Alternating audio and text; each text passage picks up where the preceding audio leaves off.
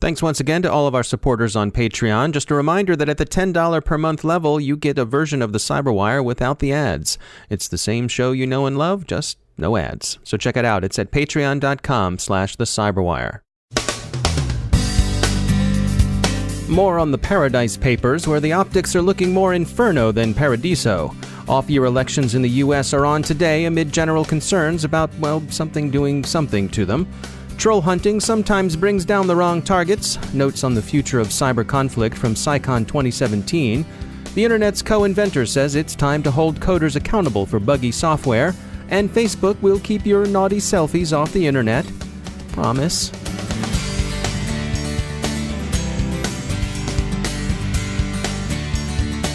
As our sponsors at E8 Security can tell you, there's no topic more talked about in the security space than artificial intelligence.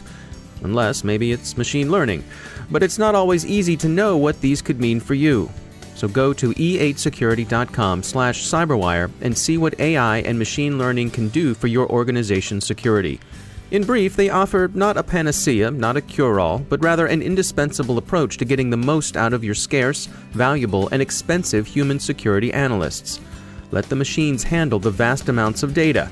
If you need to scale your security capability, AI and machine learning are the technologies that can help you do it.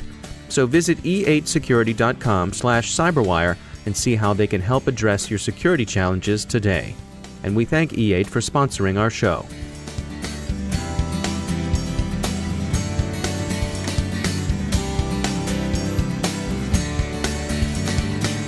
Major funding for the Cyberwire podcast is provided by Cylance. I'm Dave Bittner with your Cyberwire summary for Tuesday, November 7th, 2017.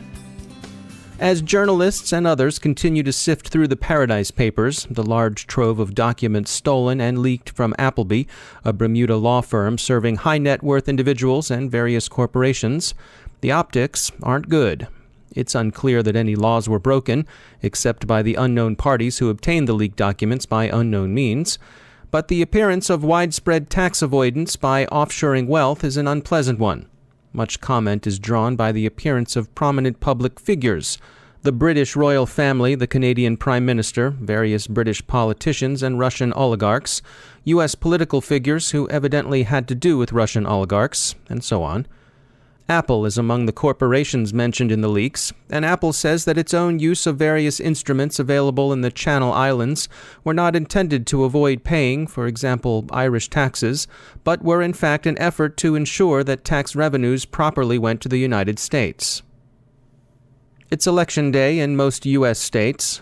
These are relatively minor elections compared even to the midterm elections that will be held next year, still more so in comparison to the quadrennial presidential elections. But these elections do have effects, and they're also the first regular elections to be held in the U.S. since widespread concerns about foreign meddling surfaced in 2016. So, state and local election authorities are keeping an eye out for finagling this week. Manipulation of vote totals and election outcomes are a much-feared potential threat, but one that seems not to have materialized so far. Influence operations, on the other hand, have proven more than just a theoretical possibility. It's generally regarded as beyond question that Russian intelligence services have worked hard to sow doubt and mistrust around Western institutions, elections in particular. Thus, social media providers, especially Facebook and Twitter, have been under public pressure to do something about the use of their platforms for influence operations. The difficulties of screening for obnoxious opinion have become well known. It's not only extremely labor-intensive and therefore expensive, but it's also subjective, has difficulty handling intentionality, and has also put free speech advocates' backs up. Troll hunting, on the other hand, especially when the trolls are sock puppets, catfish, or other fictitious persona, has seemed more promising. One Russian troll, a fictitious person known on social media as Jenna Abrams, had around 70,000 followers and a couple thousand friends, and Jenna Abrams was being used to advance Russian government aims. There are a lot more like Jenna out there. And a number of real and innocent people have been booted from social media because the provider's algorithms or screeners mistook them for trolls or catfish. Some of those people have had their accounts restored, but others are still working their way back into the good graces of Menlo Park and San Francisco.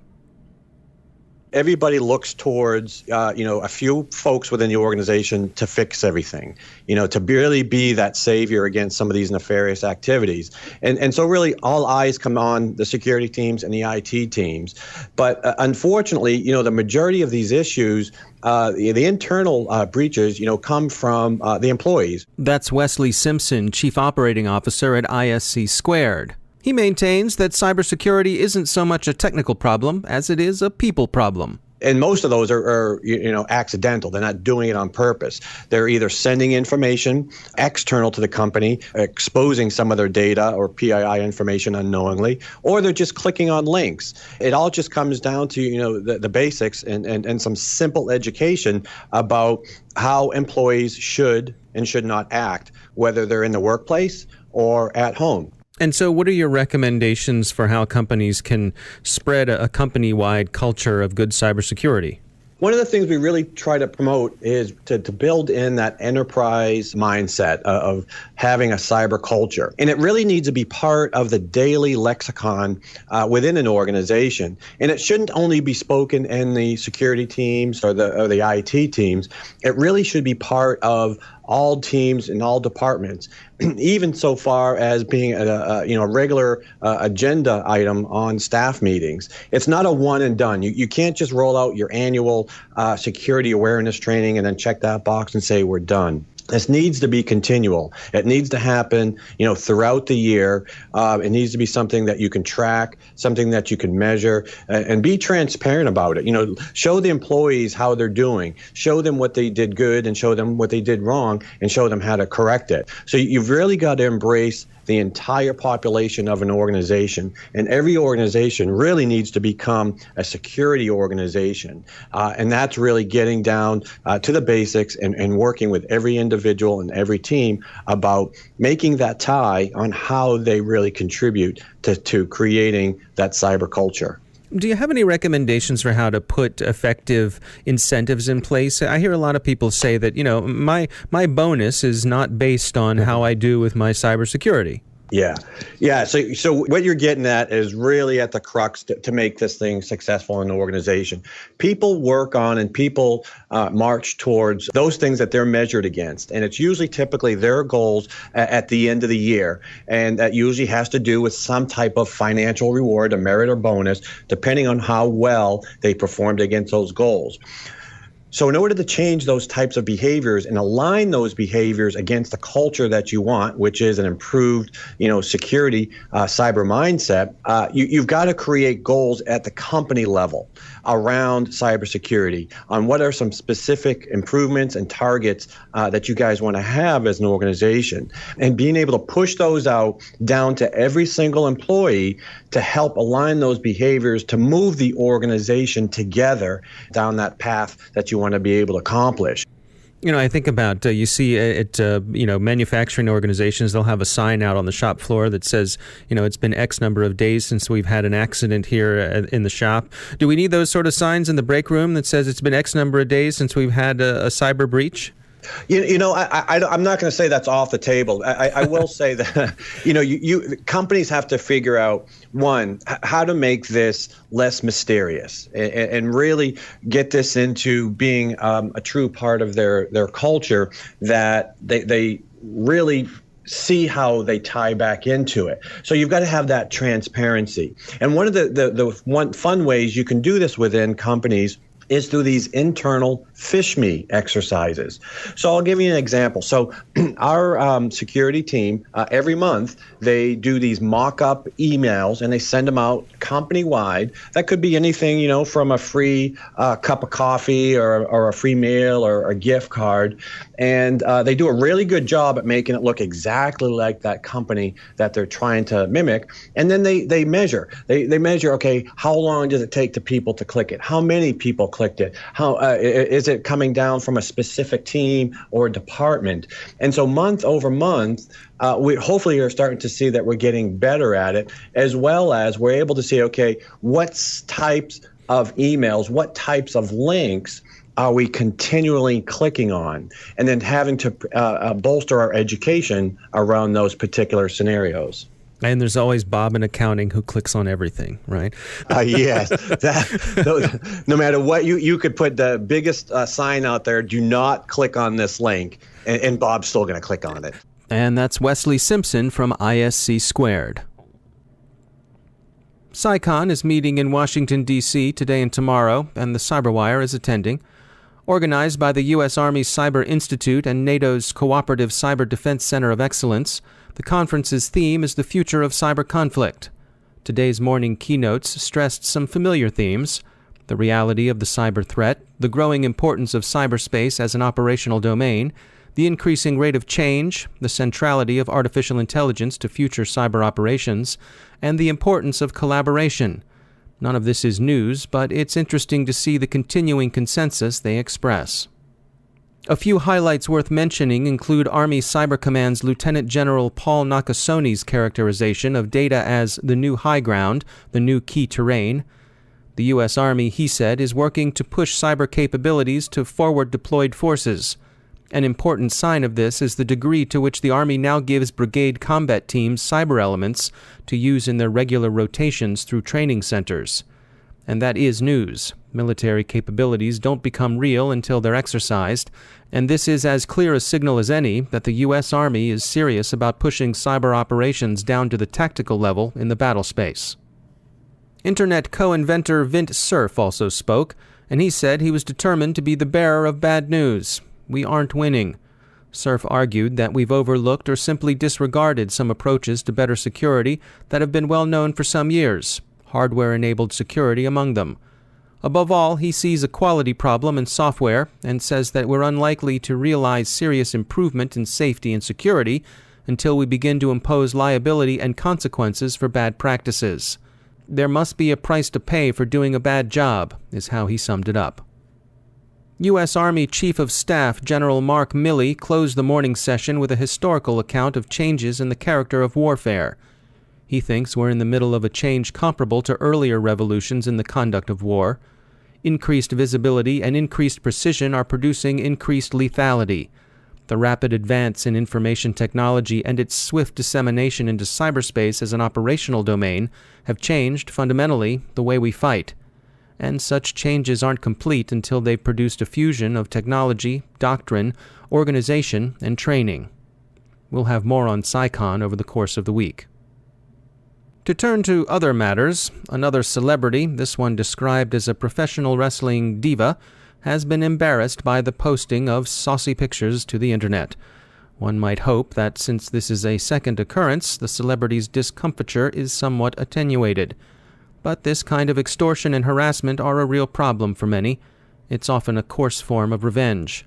But Facebook now says it may have a solution. Give Facebook any risque pictures of yourself, and Menlo Park promises to pull them from the internet when it sees them. Well, okay then. But one can't help reflecting that here, as in so many other places, identity management is all. As one of our stringers who thinks about these things says, how will Facebook know the picture is of you, Joe Lunchbucket or Janie Sixpack, and not someone entirely different? Like, what's to prevent you from claiming to be, say, Jenna Abrams or even Carlos Danger? Well, hey, you've got the pictures to prove it, right? Right.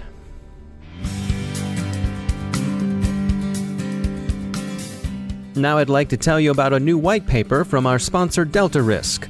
More than 90% of companies are using the cloud. Although the benefits are clear, moving to the cloud comes with new and unique security challenges. In the white paper, Understanding the Challenges of Cloud Monitoring and Security, DeltaRisk cloud security experts outline the key methods organizations can adapt to gain clearer visibility into their network and critical assets. You can get your copy of the white paper by visiting deltarisk.com/whitepapers-cloud monitoring. DeltaRisk LLC, a Chertoff Group company, is a global provider of cybersecurity services to commercial and government clients. Learn more about DeltaRisk by visiting deltarisk.com. And we thank DeltaRisk for sponsoring our show.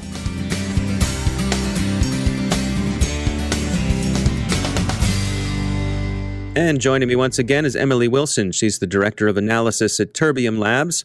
Emily, welcome back. You were recently in the Netherlands for a Cybersecurity Week conference, and you came back with some thoughts that you wanted to share with us. I was. It was a fantastic week. A lot of good policy conversations, a lot of interesting pitches and vendor conversations, and a lot of investment discussions. I was conducting an informal poll while I was there, asking people a few different things, depending on who I was talking to, but about the Alphabet and Hansa takedowns, just from a dark web perspective, but then some questions about Equifax and GDPR. I was interested to see, as an American, how the Dutch and how some of the people from the UK were reacting to Equifax, what they were hearing about it, how it was being discussed in kind of major news organizations, and how it was being discussed in the industry. And the answers were, I suppose I would call them surprising. How so? I expected there to be more industry discussion around Equifax and more discussions around the implications of the breach or the implications of Equifax's security practices.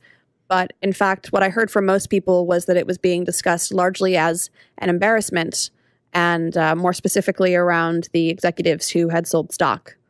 And that's what really was driving the conversations. Do you suppose perhaps because it wasn't a terribly sophisticated breach and that's, they got hit with a known vulnerability?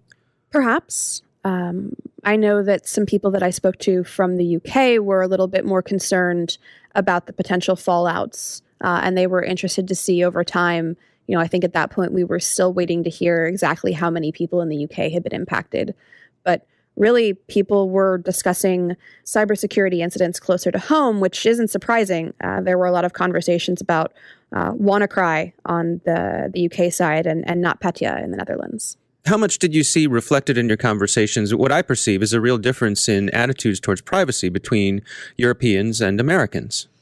There's definitely a real difference in attitude toward privacy, both for individuals and also for companies, and definitely at a national level. Whether it's discussions around GDPR or using these incidents as an opportunity to evaluate the role of government or where investment spending should be directed, whether it's helping businesses, whether it's building up national security infrastructure.